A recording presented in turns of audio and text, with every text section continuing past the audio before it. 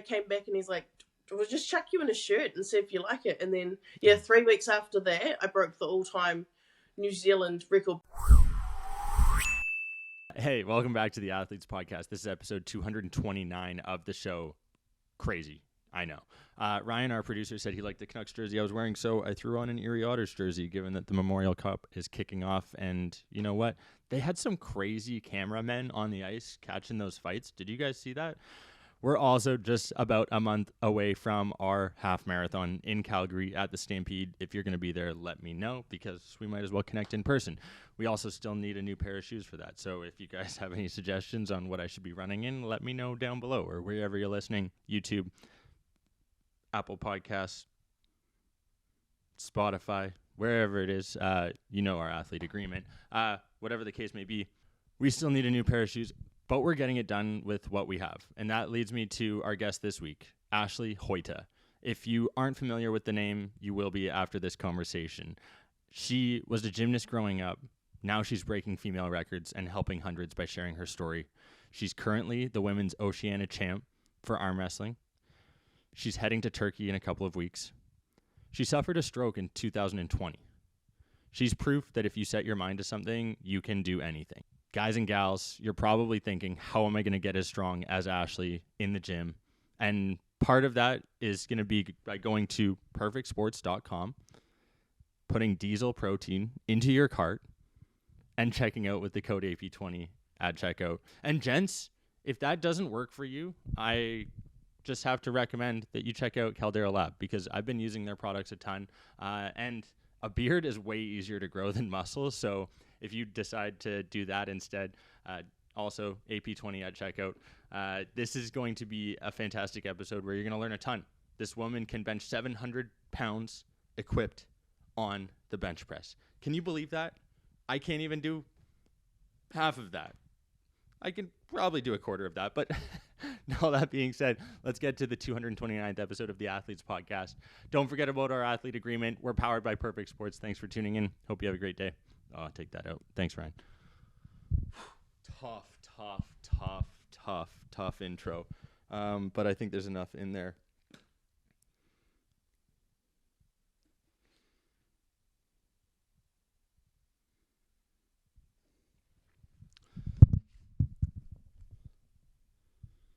Quick Diesel Sports ad for you folks, because if you haven't heard, Diesel contains only whey protein isolate that is sourced from 100% New Zealand dairy. It's grass-fed, pasture-raised, and free from artificial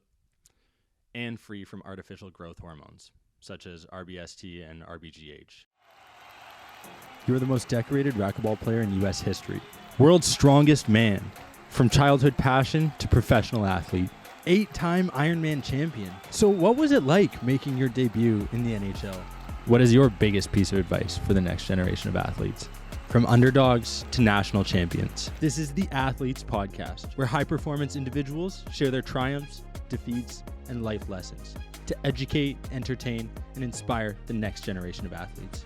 Here we go. Why don't you start again by just saying what the heck you're doing over this next 12 months? You're going for a 400 kg equipped bench record. Yeah. After just breaking this, 5-6 months ago, the 317.5 number for women's. I'll let you describe it. You go through. You're crazy. I can't get over you. So yeah, a year. It'll be a year. So a year after doing 700 pounds, I will be attempting 400 kgs. I am currently also 5 weeks away from going to Turkey for arm wrestling, which is really exciting. It'll be my second ever international comp for arm wrestling. And then, heading over to America next year for Arnold's. I'm really excited and looking forward to that one, because it's like the best of the best around the world go to there. So I'm like, yes. And you are the best in the world at benching. That's for dang sure. Frig, I'm trying to wrap my head around all of the different athletic feats that you've accomplished over the same age lifespan that we both share. And it is pretty mesmerizing to also wrap my head around the fact that you have children, that you've suffered a stroke. Yep. So where the heck are we starting this episode? Because we can go in a ton of different directions here. I want to maybe start at the beginning. Who is Ashleigh, and how the heck do you accomplish these feats? What makes you tick? Oh gosh, where do we begin? I guess the whole gymnastics side of it starts because I feel like if I didn't do gymnastics, I wouldn't be where I am today. It's taught me discipline. I feel like if you do gymnastics as well, it sets you up for any sport, practically. Mm-hmm. So yeah, I did that for 12 years. I was a gymnastics teacher for 10. I unfortunately had to give up due to tearing all the ligaments in my left foot and fluid building up the side at a nationals. Had that not happened, I'm pretty sure I would have gone to the Commonwealth Games, unfortunately, for gymnastics. But yeah, I gave that up and kind of just tried to live what's called like a normal life, I guess, after you've become like an athlete. And it was about 6 years after that, I had two of my kids. My two kids, I decided to try. So before powerlifting, there was pole fitness. A studio had opened up down at home, and I was like, oh, I've done the rugbies and the netballs, and you know, it's fun and stuff, but I want to try other stuff. And so I tried pole fitness and entered a comp in that, got into the finals. But at the same time, my dad's like, I really want you to try powerlifting. And I'd always seen it as women don't lift heavy weights. You know, they do like the netballs and stuff, but my dad just kept like pestering me. And then, yeah, I ended up, I think my first comp I did 160 kg squat, 100 kg bench, and a 200 kg deadlift. And yeah, it's just, it's been insane, the progress that I've made from 2019 to now. My main goal in 2021 was to become the best female powerlifter in New Zealand, and I did that 13 months after suffering a stroke. But I never thought that I would be the first woman in the world to do something, which is just, it's crazy. You are not only the first woman to bench 700 plus pounds, you're also women's Oceania champ for arm wrestling. You're also going to be competing in the Arnold's next year. And you can probably, like, I've seen some videos online of some of your athletic feats, and it's really just, I'm at a loss for words, frankly. And I've had, 227 of these conversations and talked with world's strongest man, Mitchell Hooper, amongst other individuals. And seeing what you're capable of doing is simply sensational. And I use those words specifically because To Buff for this, I believe, on Instagram, I don't know if you're familiar with him, but he's who actually shared your story and actually why I reached out to get you on the pod, because you are the perfect fit for the Athletes Podcast, given your background in gymnastics, pole fitness. I guess I want to kind of hammer home on that point that you mentioned at the beginning there about gymnastics being the foundation and why you got to where you are. Yeah. What else did you do growing up? That was it. So I was doing gymnastics 6 days a week, 3 hours at a time. So it was literally, I'd wake up for school, come home, have an early dinner, which was like 4 o'clock. And then I would go to training until 8:30 and then go to bed and then just repeat. So I was like a robot kid, if that makes sense. Did you do anything else? Were you interested in anything else? No, I didn't really get the opportunity to. Like, it was just solely gymnastics focused. And then when I injured myself when I was 16, I kind of started to branch off in the rugbies and the netballs. I even tried to play hockey, but it just, nice. I feel like I am born to do individual sports. Like, I love working as a team, but I just thrive a lot more in individual sports. Have you been always insanely strong? I don't know. Then again, like, I know all of my achievements that I have gotten, but I still, in my head, I'm like, I can still do better. I can still be stronger. With gymnastics, I was very strong. There's like, I feel like in gymnastics, it's either you're physically strong or you're flexible. And the flexibility side did not, it was not in my genes. So yeah, I was definitely strong, but when I started powerlifting, and I think my deadlift was like 160. It was a very ugly, bad form, but I didn't realize it wasn't normal for women to like lift that much. Um, and so yeah, I think that's why I kept pushing, because I was like, oh, I think I'm doing all right. Yeah, and the fact that you've been able to do all of this while rehabbing from a stroke, your entire left side, like, and you documented this entire process Yeah, on social media, which was also remarkable because you've been able to now show what the human body is capable of doing, right? yeah. And I think that's what's most impressive. Obviously, your willpower, determination, mental fortitude speaks for itself. Can you share how you got that? What injected into your veins at a young age so that you were able to deal with this adversity? So I feel like I've been through some pretty hectic stuff, and I feel like when I started the strength sports, so when I started, I think it was a few months after that, my dad was diagnosed with end stage emphysema. And so it was like, okay, everything in life, it teaches you. I feel like you've got two options. It's like you can feed into that sadness or that trauma, if that makes sense, or you can use it and carry on and overcome it. And so that's kind of been how I have been my whole life. And so when my dad was diagnosed, and putting that with sport, I almost thrived off it, because I knew that he'd be watching, and I knew that had he not been sick, he would be doing it with me. So it was kind of like, just keep going for him, and then my kids as well. My kids are my main focus and my priority. And I feel like if they have a role model like me in their life, they can grow up and know that their opportunities and everything that they go for are just endless opportunities, really. Yeah. I'd say so. Frig, having your mom be the arguably strongest woman in the world. What are your other lifts at right now? Are you trying? Is that the goal? Because clearly equipped bench you're crushing. Is there a desire now, because clearly you can just take on whatever you put your mind to and accomplish it? Like, is the goal now to go after that strong woman title, or where are you at?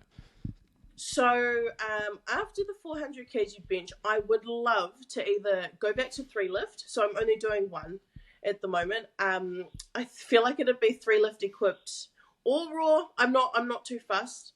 And my end goal, I would love to jump over to strong man or strong woman. I did it. It was actually 2 days before I suffered the stroke. I did one strong woman competition, and I placed second. It was 1 point behind I think she's like the 5-time New Zealand strongwoman. I love the range of different things in strongwoman. I also like seeing the opportunities that they have. Like, I'm following a few at the moment, and they're traveling the world. And but yeah, in terms of, I think my lifts in 2021, so it was the last time I properly did a comp. It was 255 kg squats and I think it was 240 kg deadlift. Yeah. Most men and women are thrilled with that in pounds, let alone kgs. So yeah, it's fun when I see the numbers that you're throwing out there, and I try and wrap my head around the fact that I can certainly not do it. But I've been around people like Mitch Hooper who are throwing around some serious weight, and he's pump faked me with 400 pounds on the bar, and that was a frightening moment for me to experience, and Yeah. one that I will not soon forget. But it's also given me perspective that you've exemplified it. The human body can do crazy things. Yeah. I swear it was only a couple years ago, started equipped benching. Like, your progress has been ridiculous. Yeah. Like, hockey stick growth. I've heard your coach say that he's talking about, like, he knows your potential's still not yet even close to being reached. Yeah. Are you share the same thoughts?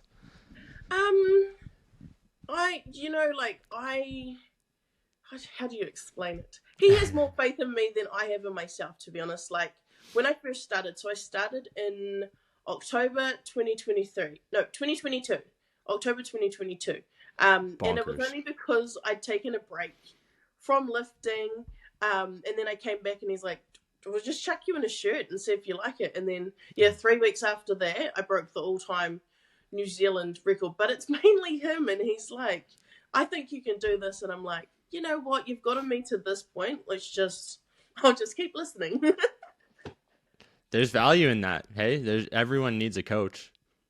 Yeah. And it's been good. Like, especially when I suffered the stroke, everyone was like, especially because of my physique. Obviously, I'm not skinny. And I had a lot of people reaching out going, you need to get into cardio, you need to do athletics, blah, blah, blah. My coach was the only one who was like, take a break, rehabilitate, and we want you back. And I'm like, thank you. And I honestly wouldn't be where I am if he hadn't said that. It was just that one person that had a little bit of faith to keep going. What was that recovery process like? Can you share a Yeah. bit of it? So I was in hospital for a week, and then due to COVID, our country went into lockdown, and it was like 2 days. I was super, super depressed because the doctors had said I might not be able to lift properly again. And there was just so many emotions because it's like, you suffered a stroke, the country's gone into lockdown, and so I stayed in bed for a solid 2 days. And then by the third day, I was like, okay, I've got two options. I can continue to be like this, or I can get up and just see what happens. And so the first day was, I think it was me limping around the house, followed by like 1 or 2 press ups. They were horrible, and sit ups. And then I just trained pretty much every day, all day for the 5 weeks that we were in lockdown. I think by the time we were coming out of lockdown, I was doing handstand holds. I was doing like 50 or 60 sit-ups, press-ups. I was running around the house, and my left side had come out stronger than my right. Yeah. Insane. All of this documented, and like in your words, you said you're not skinny, but your ability to control your body is insane. Yeah. All from gymnastics. I think if this isn't the juice and the knowledge that everyone listening needs to know and to put their kids into gymnastics as soon as they get to the appropriate age, I think at 3 probably you could toss them in that 3, 4, 5 years old. Like, I know that's what I'll be doing. I heard you talking earlier about that, like you playing hockey. Can you share what that was like? It was actually fun. So like in my last year of high school, played rugby, soccer, netball, hockey. Hockey I found so much fun. We actually won our mixed grades that year, which I was really Let's stoked go. about. Let's go. What did I play? I think it was defense. It's always been a defense position, netballs, rugby, soccers. But I had a lot of fun. I think it was just like a fun little thing. Could never see myself ever taking that any higher than that, but it was good fun. I love it. I was not expecting to talk hockey, but I had to wear my Canucks jersey tonight because they're in the playoffs, heading into Game 6 against the Oilers, hopefully heading to the Western Conference Finals after this. But it brings up, like the athletics, the fact that you've obviously showcased the fact that if you play multiple sports, you are going to see success in whatever you pursue afterwards. I think it's a given. Everyone should know and be aware of that. But the defensive mindset, I also think that you and I share. I was a goalie in hockey growing up, and I think that plays a factor as well because you approach life in a bit more of a defensive, making sure you're taking care of number one, i.e. ourselves. And I think I'm curious, is there one sport that you think helped you more than anything outside? We'll take away gymnastics, but like those ones you played in grade 12, for instance. I definitely think if it was any of them, I don't know. So I feel like soccer was one big one. I had a lot of fun with that one as well. I would. It's a hard one because they were. I would say hockey or soccer. it's definitely a different mindset to the gymnastics, because Mm-hmm. you're working as a team. Um, but with the soccer, it was like it was so strategically played out, and it opened my mind to just. And I feel like that might have been it, where it's like, okay, like we're learning a completely different sport. There's new tactics involved. You're working with other people, and I feel like that might have opened my mind up to be like, there are other possibilities out there. Just go and see what ones you like, really. What's been your approach to training with kids? I think a lot of go you. I love it. So, end of day, my kids are always the number one priority. If they're sick or if they have student teacher meetings, I'll drop trainings. Um, but so I'm training 4 days a week, and that is just after they finish school. So their dad will have them, and he'll cook dinner, and then I'll come back, put them to bed, and then repeat. And like they're so independent, and they understand my love for sport, and that I have to go, and I'll be back late. Um, but yeah, like they're my biggest supporters. Every live stream, every comp, they'll be watching it. I can never take them to a comp because in my head I cannot jump out of mum mode. So it'll Mm. be them first over it being an athlete. But every time I come home, I'm always taking my medals off and putting it on them. They are just beautiful. I love hearing that, and I think that they probably give you strength. I'm sure. Yeah, 100%. I'm hoping for that when I have kids. Not anytime soon, but I need that additional dad strength at some point to kick in. I only say that because Mitch Hooper also recently had a child, and he legitimately said there's something extra when you have that responsibility of another human being on you.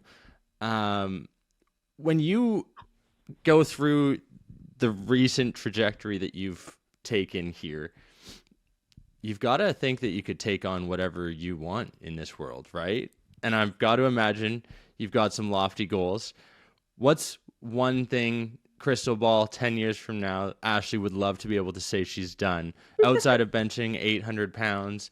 Is it all about arm wrestling right now? Do you see just like taking on whatever comes next? Is it anything like, is there a strategy behind it, I guess is what I'm getting at? So, yeah, a little bit. Like, with the arm wrestling, I'm hoping in the next 5 years, I either become one of the world's best or the world's best female arm wrestler. But my 10-year goal, it's funny that I haven't really told many people this, but yeah, my 10-year goal, I want to give wrestling a crack.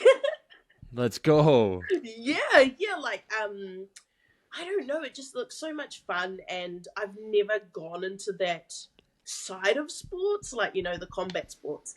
Um, but then I see, like there are other athletes that are actually like giving it a shot, and I'm like, I think I could, like it's the same as powerlifting. I think I could do that. Yeah, I would love to just dive into that and see what happens. Have you ever explored your sport of Aussie rules football down under? Because I watched it when we were in Australia, and that was a wild experience to witness. Have you messed around with that game? So, wait, do you know that I'm actually from New Zealand? Yes. I know you're from New Zealand, but they play Aussie rules football in New Zealand, do they not? Is that the AFL? Like they? Yeah, I'm Nah, pretty they sure. don't. Are they only in Australia? I Yeah. assumed that they're so close in proximity. Like they call it the National Hockey League. We have Canada and the U.S. I assumed it was the same for man. Okay, my bad. I do know you're from New Zealand. I have a friend who's a Kiwi who I went to school with, who Oh, I cool. reference every time during these. Hannah Davenhill, shout out to her. She was a volleyball player, also a phenomenal athlete. But like, I apologize. I assumed that they Oh, played that it's there. fine. It's a wild sport, though. You can agree with that. You've seen Yeah, it. There's like 100%. 9 refs. There's like it's craziness. Yeah. No, it is. Speaking of football, I was approached by someone in America. I can't remember her name. She reached out to me and she was like, "Let me know if you wanna come over and play a season of American football." And I'm like, "Right, I need to Jen check on Welter? Google." Tell me it was Jen Welter. I feel like she's the U.S. football female person It to do something possibly like that. could be, but I had to actually Google. I was like, "Okay, what is American football?" And what did you think? I definitely think it'll be another road that I go down possibly in the future. Like my end goal, because arm wrestling and powerlifting, you're not making money. My end goal is to just be in a sport where I can do that. So we're kind of Right. still early days. I'm only, how old am I? 27. And so it's like we'll get there one day. This is a reminder. Get the purest, most natural protein on the planet from Perfect Sports. Guaranteed. Now back to the episode. Yeah. We share the same age, and I'm trying to also find my way to make a bunch of money so that we can just travel the world and go to all these cool sporting events and talk about hockey, Aussie rules, football, etc. Why is it that someone like yourself, who is arguably the strongest bench presser in the world from a female perspective and one of the strongest women, like, how is it that you're not getting the attention that I think you deserve? You got, hundreds of thousands of social media followers. I would be under the assumption that brands would be kind of chomping at the bit to work with you. Is that not the case? Sort of, to an extent. I feel like when I broke the record, I feel like that was the big, I should have been posting more, especially on YouTube and stuff like that. But because it was like, I just went numb during the month, but right leading up to the bench, because my dad had passed away a month prior. So I feel like I executed that probably a bit wrong, and I should have just kept pushing. But after the bench, I was just like, right, I'm done. Let me grieve for a month or so. I mean, like, in terms of brands reaching out, but I feel like I'm probably going to have to, like, moving forward into the 400 kgs, I'm probably going to have to start, like, pushing it out there so people are actually aware. Yeah, I am sorry to hear about your father and experiencing that like a month before a competition. You are justified in going numb for that time period and just focusing on your training. And, that's one of the things as an athlete that you're supposed to be able to do, frankly, is just focus on doing your work and not reaching out to brands and trying to establish partnerships. I don't know if you're aware, but I co-founded a female athlete agency where we represent 30 plus female hockey players, Olympians, wrestlers, now in the high rock space as well. And that's one of the things that we're trying to do, is highlight the fact that these females deserve this attention. They've been given these platforms now, but they should not be expected to go out and pursue these brand deals and negotiate for them on their own behalf when us guys have been given that for decades, right? Anyway, I could go on a whole spiel. That's my thrill of the shill for today. But nonetheless, it's like I hear what you're going through and I'm like, how is this the case? And we might have to talk online about some other brands getting you introduced there. But like, I see you wearing SBD apparel. They've got some good stuff. They're a Canadian brand, right? Am I wrong? This is let's go. I Am Hope. Okay. And so they are a mental health organization in New Zealand. And I only really started connecting with them about a year ago, when my dad had like a massive medical episode. I ended up going to this suicide kind of event where it was like, talking about ways where people can talk about their emotions, and the organizer was there. And it was at this point I was really down, like, I'd witnessed my dad have this episode, and the guy was like, let us know if you need anything in the future. And then, a year later, I'm still working with them. And it's been really nice because, like, mental health in those terms is, like, quite a big thing for me. And to just kind of push it out there and help or inspire other people, I'm like, okay, I think I'm doing all right with this. Yeah. No, it's you are. And I think, can you maybe iamhope.com, is that where people should be going? What's their kind of overall mission? Can we peel back some more layers of that onion and give them a real Cool. AP bump here? So it's called Little People Big Feelings. They've brought out a book, and they have school ambassadors that go around schools reading this book to children, because I feel like in terms of, talking to people about how you're feeling and everything like that, it's so hard because you feel like you're going to get judged. You feel like you can't reach out to people. And so their mission is to help children understand that there are ways that you can talk to people. And they also run fundraisers. They're called Gumboot Friday. And all of their money goes towards counsellors in New Zealand, because we have such a shortage on counsellors. And that is for the ages of 5 through to 18. And then they've been running a lot of events for adults. Yeah, I feel like it's so handy to have that, because it's like, especially with our mental health in our country, it's super, super bad. I think we've got one of the highest teen populations for suicide in the world. And, just to have a little inkling of that to help children understand that you can talk and you can reach out. And it also shows ways of how you can talk. It's not just the feeling down. It's like, I am feeling bad. I need help. That's why I support them. I think it just helps. And to give back to counsellors. But yeah, so they are I Am Hope. It's run by Mike King, awesome dudes. Yeah.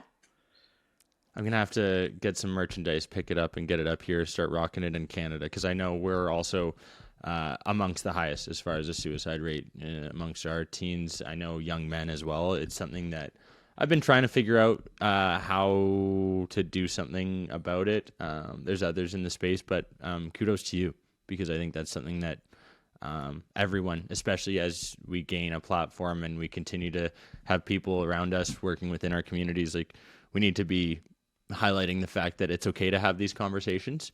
And it's important, frankly, for everyone to feel the ability that they can be heard and someone's willing to listen, right? And there are resources out there. I'll probably have to link some now in the comments below or in the show notes.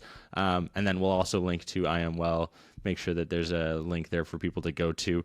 And I guess maybe if you're comfortable sharing, I'd love to maybe have you highlight what you were able to do during some dark times to get you out of it. And I think there's probably lessons to be learned for young athletes here listening, myself included, as to how you were able to handle it.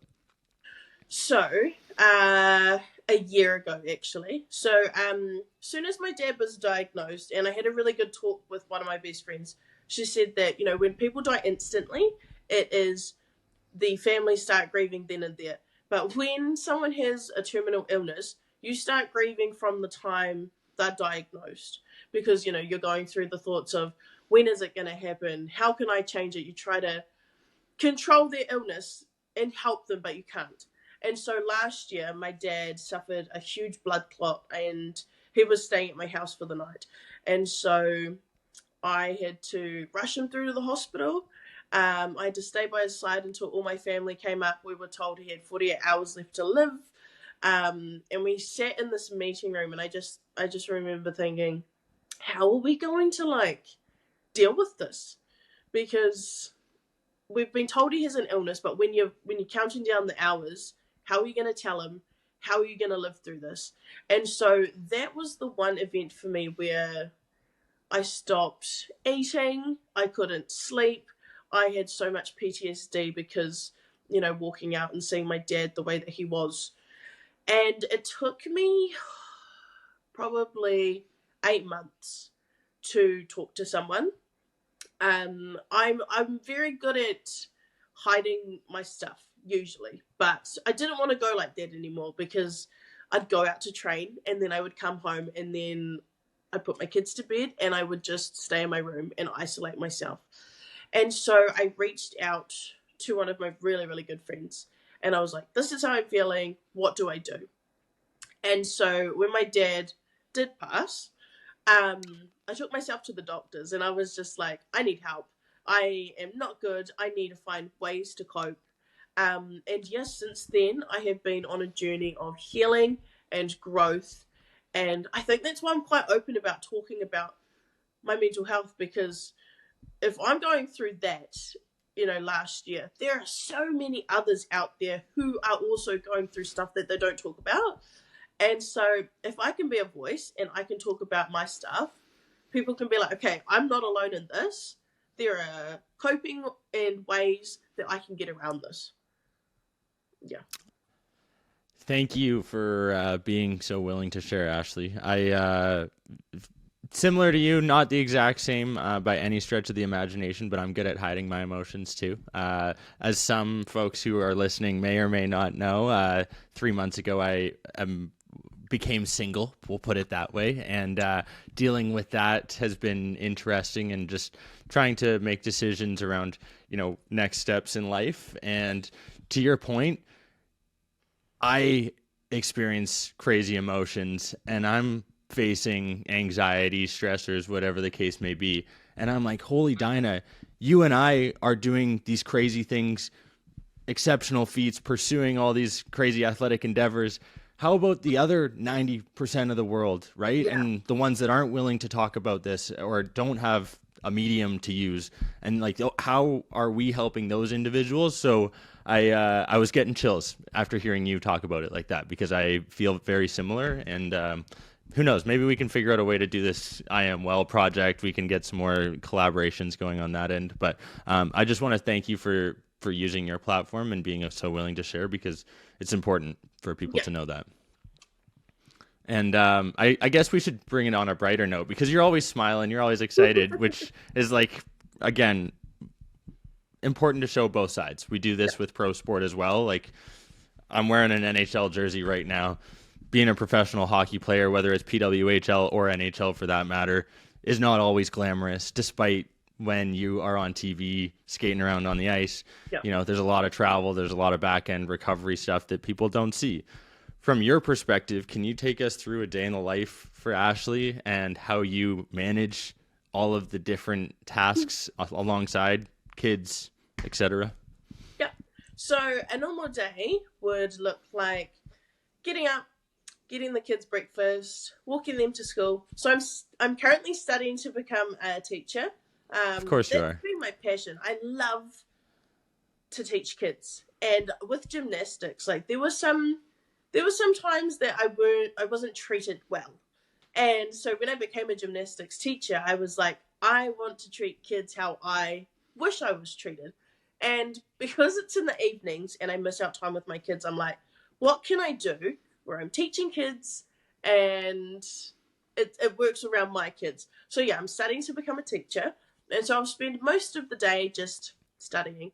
I'll go pick up my children, bring them home, prep dinner, go to training, and it's different days. So Tuesdays is my big bench nights, other nights is accessories. And then get home, and then I end up playing Fortnite at night with my friends. I love it. Okay, any crazy recovery training modalities? Do you like ice bath, sauna, food intake, nutrition, supplements? Can you like give us the rigmarole there around what's included or what's not included? So I've never used any sort of supplements until a supplement brand actually reached out. It was only because I tried pre-workout a few years ago and it made me feel absolutely disgusting to the point I couldn't move. And so it put me off just trying anything. But I've been trying, I think it's creatine. I've had that once this week. And they also gave me a daily greens. I don't know whether there's meant to be any like difference, but I'm going to carry that on. But that's crazy. You haven't been using creatine at all your entire life? No. That's insane. You are like, so just for reference for people out there, like almost a guarantee, I shouldn't say guaranteed, but I think it's like pretty confident to be able to say it's like at least a 10% increase in strength. I'm pretty sure. I don't know with your numbers, maybe you're getting it from your natural sources of food and you're able to satisfy your needs that way. But like, wow, that is impressive on its own. And like one of the most studied supplements out there, both for brain and physical health. So like that'll definitely help you, I guess. Frig, man, apparently you don't need anything. No, you're good, Ashleigh. Jeez. And then in terms of recovery, I don't have anything. I used to run like cold baths, but if I have an injury, it's just like, yep, shake it out, off we go, carry on.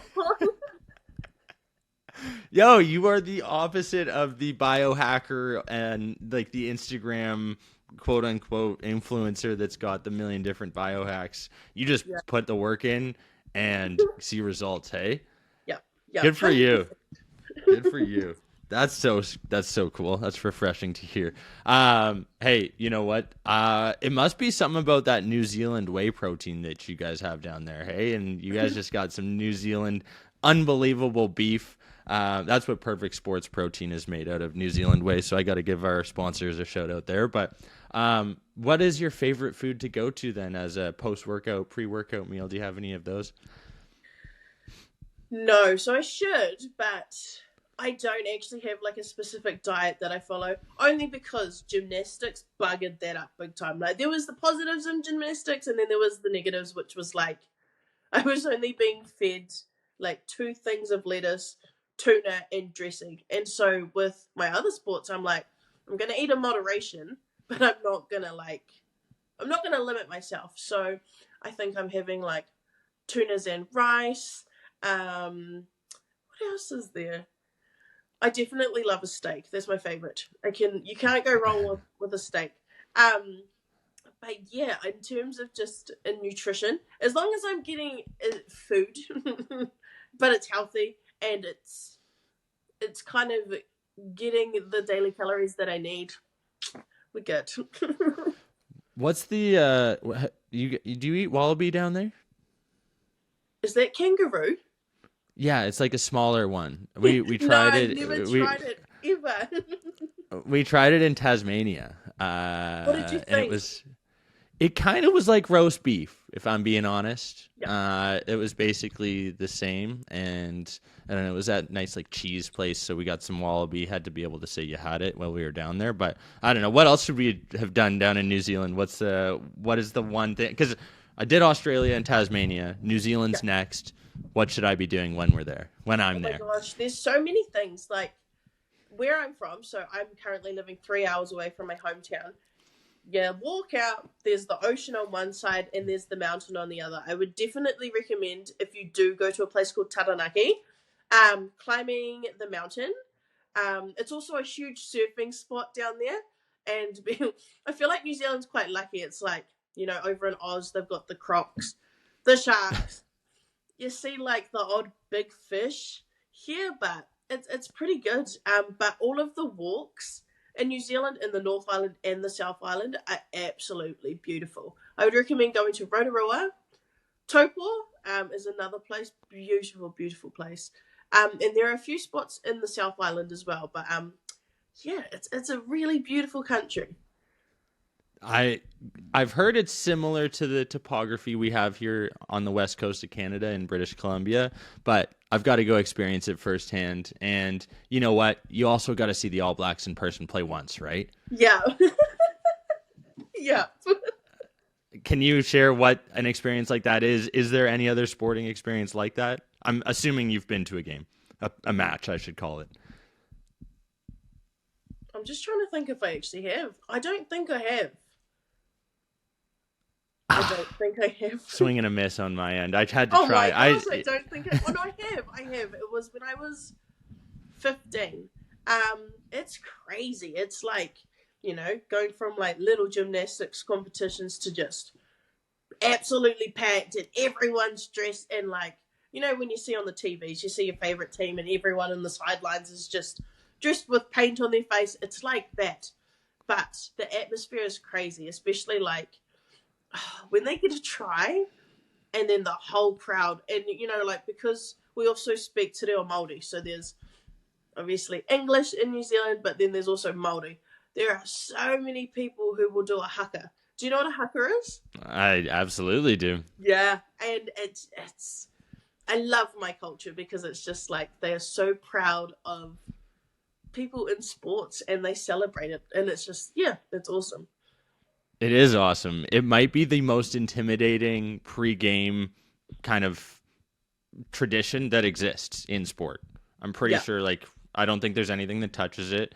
And the All Blacks are also known for, during events, being like the nicest individuals to deal with, leaving places better than they found it. We read the book for our book club this like a couple months ago, and the name is mistaking me, but it's something, I will find it here. But there's a book written on them, and it's just like phenomenally written, not super long, nothing crazy, but just detailing how detail oriented that team is and how top to bottom everyone is treated the same and treats each other the same. Yeah. Do you have any countries that you despise playing against? Oh, I don't think so at the moment. At the moment. I guess a better question would be, when you're competing in a variety of these sports, how do you manage the training? Like, if you've got an arm wrestling competition, but you're benching 800 pounds the next week, like what's the strategy there? Are you season scheduling, timing it all? Yeah, so I'm really fortunate to be able to do one sport and put the other one on hold. I've been doing that since I started the equipped bench. I've been trying to do both at the same time, but if I'm doing like a bench and it's really heavy, I'll probably only be able to do like 40% in arm wrestling. So at the moment, arm wrestling is the priority. As soon as I get home, it'll turn into bench.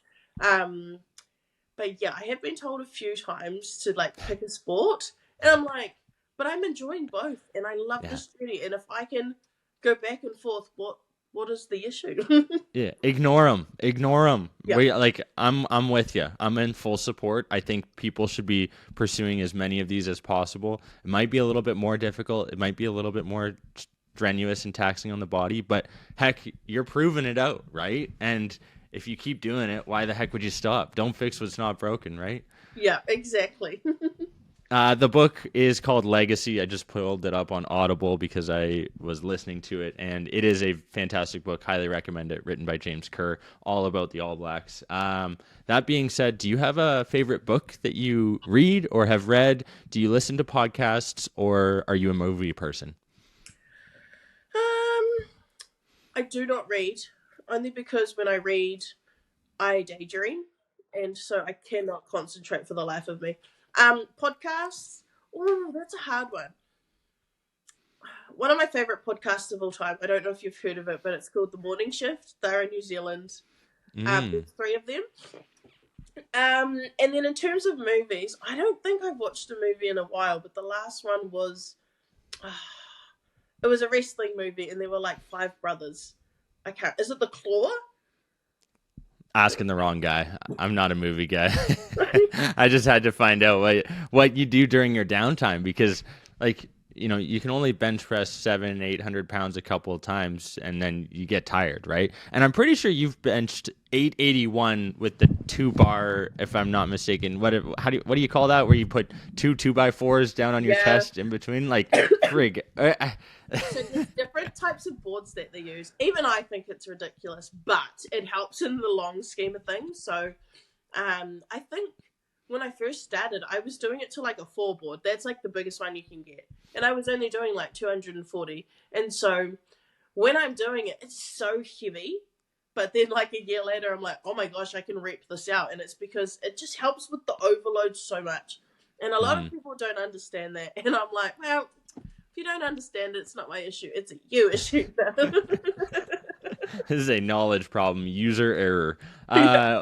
How much beef is there between the equipped versus non-equipped communities?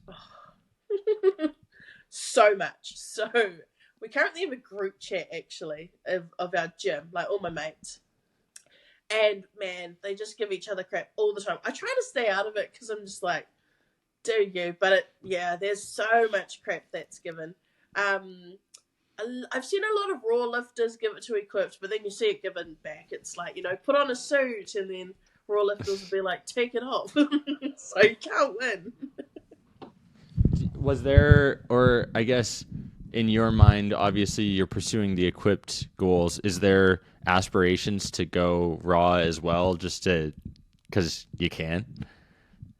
I think so. Like, I knew the answer. Yeah.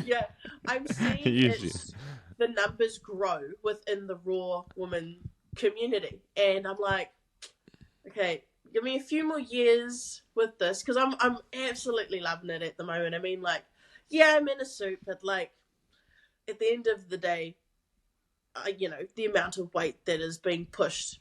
But once I finish this, I would love to just, I don't know, there's so many options, and I want to do them all, and I'm gonna do them all, because it's just like, I know that I'll regret if I don't. That's just who Ashleigh is. I love it. I'm a big fan. You've got a new supporter in me. I'm so grateful for @2buff for this, for bringing it to my attention. And I can't wait to follow along another Kiwi, your journey as you travel around the world doing all these incredible feats. I'm glad I asked you your 10-year goal as well, because now we get to find out what you're capable of doing in the wrestling world. Who knows, you'll probably be dominating UFC by that point. I guess, is there anything else, Ashleigh, that I can let you share or that you want to talk about on the Athletes Podcast here today? Because we have thousands of people who will be listening to this conversation, and I always like to leave an opportunity for our guests to give their last piece of advice. Our goal is to educate, entertain, and inspire the next generation of athletes. And you've already done this for 50 minutes, but if there's any last tidbits of advice, I'd love to open the floor for you. Okay, I have 2 bits of advice. One is, when people start to talk negatively about you, that's when you know that you've made it. That was one beautiful bit of advice that I was given. And so when the thousands of comments started, like the very hateful comments started on my bench, that was when I kind of realized, like, right, we've made it. We've made it. So just know that if you ever get hateful comments, it's because people are jealous and they can't do what you can do. And the other bit of advice I would give is, do not have any regrets in life. Do not hold yourself back. If you want to do something, do it. And I know that there's a lot of fear and the unknown of doing something, but just do it, because it may not work out, but there's also a huge possibility that it will. No better way to leave that. Ashleigh Hoeta, thank you so much for coming on the Athletes Podcast. It is an honor to chat with you, and I can't wait to continue to follow along your journey. Where can people follow you? Where should they be following along your journey as you compete all around the world and crush absolutely insane feats from an athletic standpoint? So my main social media is Instagram. That's just Ashleigh_Hoeta. Or else I have TikTok, same handle, Ashleigh_Hoeta. Those are like my main 2. Hopefully gonna pick up YouTube this year. Awesome. Ashleigh, hopefully I can say your last name, Hoeta, better, and the next time we chat, and then, we'll have to see you down under at some point here. We'll make it happen, and then we can hopefully practice my bench press enough in the meantime so that I can get even like half of what you're putting up, okay?